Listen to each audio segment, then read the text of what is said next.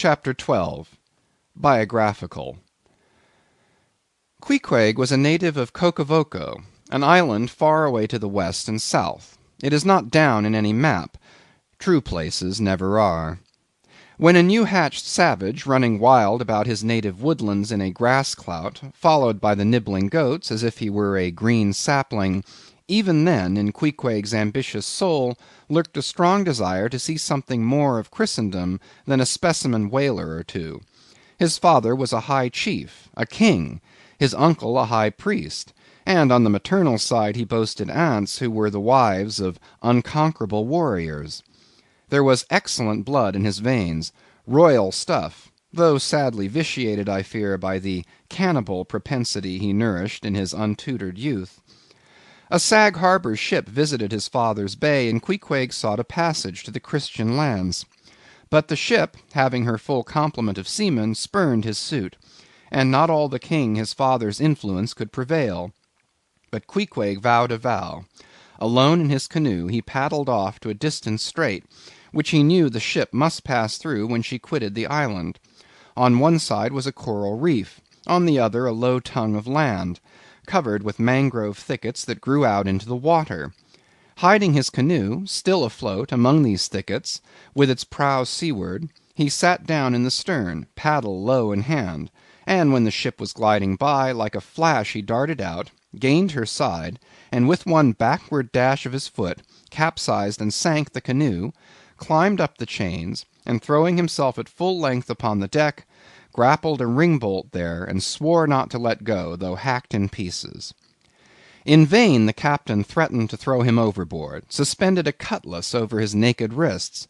Queequeg was the son of a king, and Queequeg budged not. Struck by his desperate dauntlessness, and his wild desire to visit Christendom, the captain at last relented, and told him he might make himself at home. But this fine young savage, this sea Prince of Wales, never saw the captain's cabin. They put him down among the sailors, and made a whaleman of him. But like Czar Peter, content to toil in the shipyards of foreign cities, Queequeg disdained no seeming ignominy, if thereby he might happily gain the power of enlightening his untutored countrymen. For at bottom, so he told me, he was actuated by a profound desire to learn among the Christians the arts whereby to make his people still happier than they were, and more than that, still better than they were. But alas, the practices of whalemen soon convinced him that even Christians could be both miserable and wicked, infinitely more so than all his father's heathens. Arrived at last in old Sag Harbor, and seeing what the sailors did there, and going on to Nantucket, and seeing how they spent their wages in that place also, poor Queequeg gave it up for lost. Thought he, it's a wicked world in all meridians. I'll die a pagan. And thus, an old idolater at heart, he yet lived among these Christians, wore their clothes, and tried to talk their gibberish. Hence the queer ways about him, though now some time from home. By hints I asked him whether he did not propose going back, and having a coronation, since he might now consider his father dead and gone, he being very old and feeble at the last accounts. He answered no, not yet, and added that he was fearful Christianity, or rather Christians, had unfitted him for ascending the pure and undefiled throne of 30 pagan kings before him. But by and by, he said, he would return, as soon as he felt himself baptized again. For the nonce, however, he proposed to sail about, and sow his wild oats in all 4 oceans. They had made a harpooneer of him, and that barbed iron was in lieu of a sceptre now. I asked him what might be his immediate purpose touching his future movements. He answered to go to sea again, in his old vocation. Upon this, I told him that whaling was my own design, and informed him of my intention to sail out of Nantucket, as being the most promising port for an adventurous whaleman to embark from.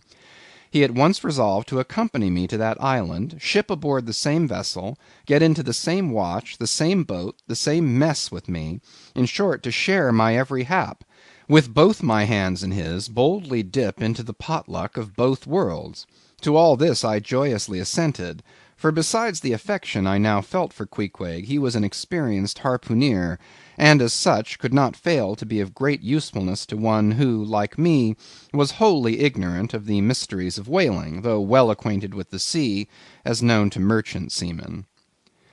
His story being ended with his pipe's last dying puff, Queequeg embraced me, pressed his forehead against mine, and blowing out the light, we rolled over from each other this way and that, and very soon were sleeping.